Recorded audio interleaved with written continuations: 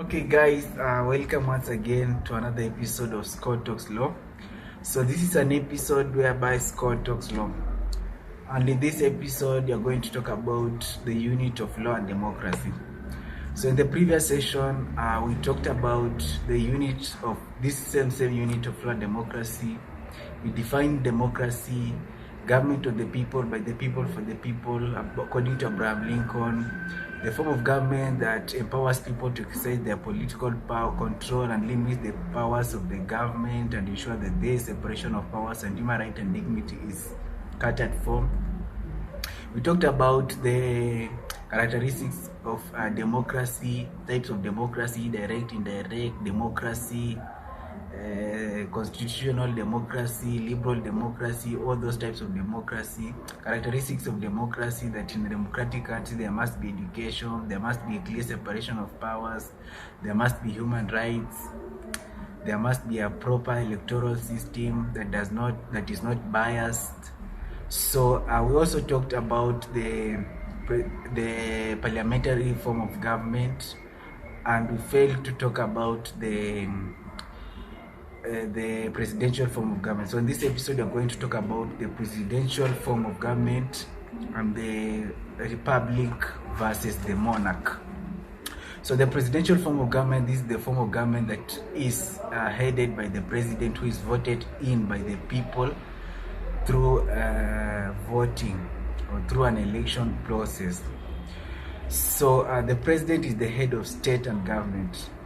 The president is elected in by the people. So there is clear separation of power. There is a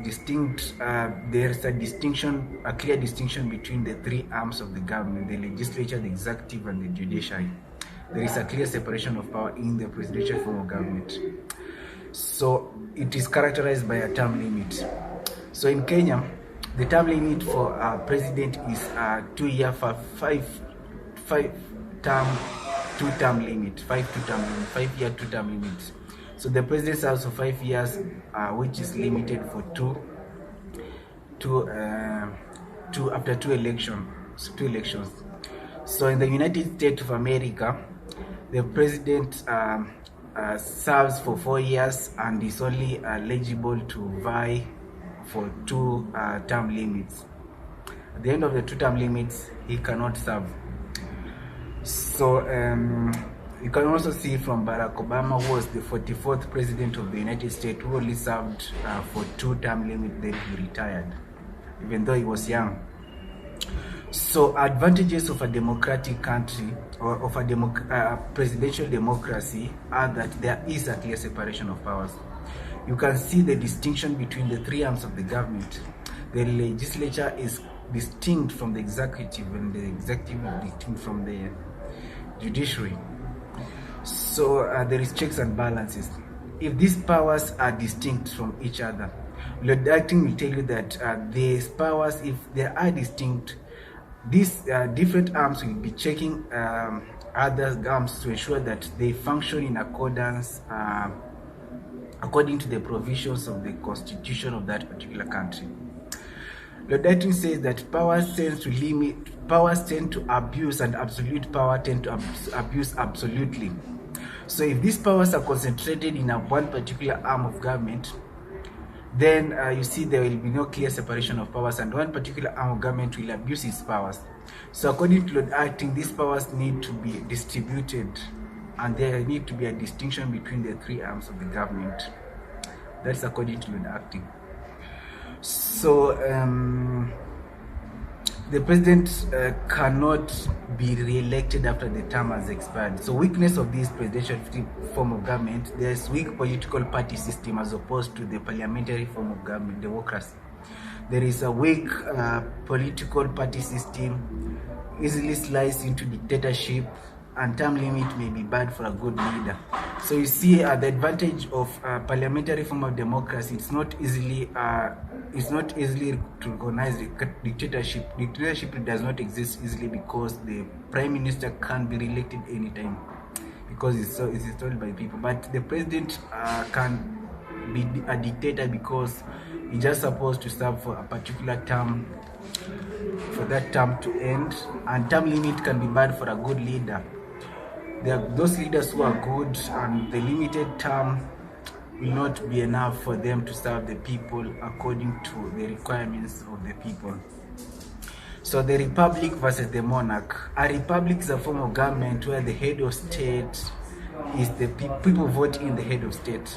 So people elect representative, people possess that supreme power through elections.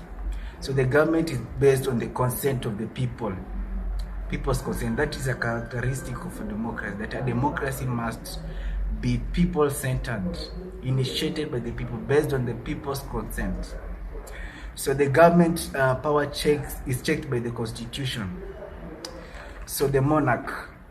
A monarchical system is based on a single individual rule, by either the king, the queen, or the employees, or the empire, who claims power through hereditary or succession.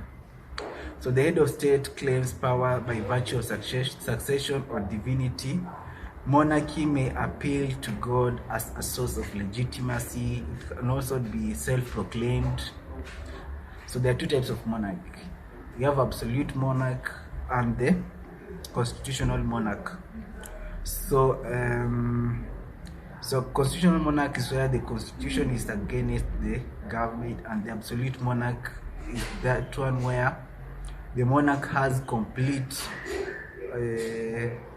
authority over the government and the people, and it's exercised in countries like Qatar and Saudi Arabia.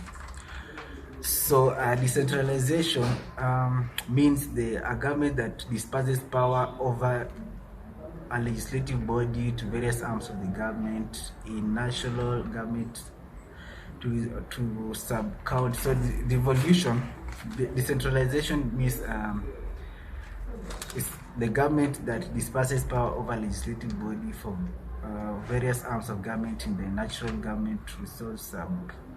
So that is what I was to teach about the law and democracy. We shall be having more episodes on the same unit.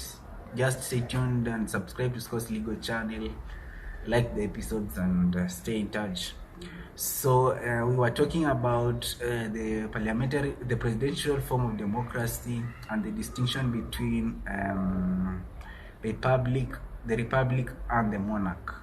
So that is the end of my lecture.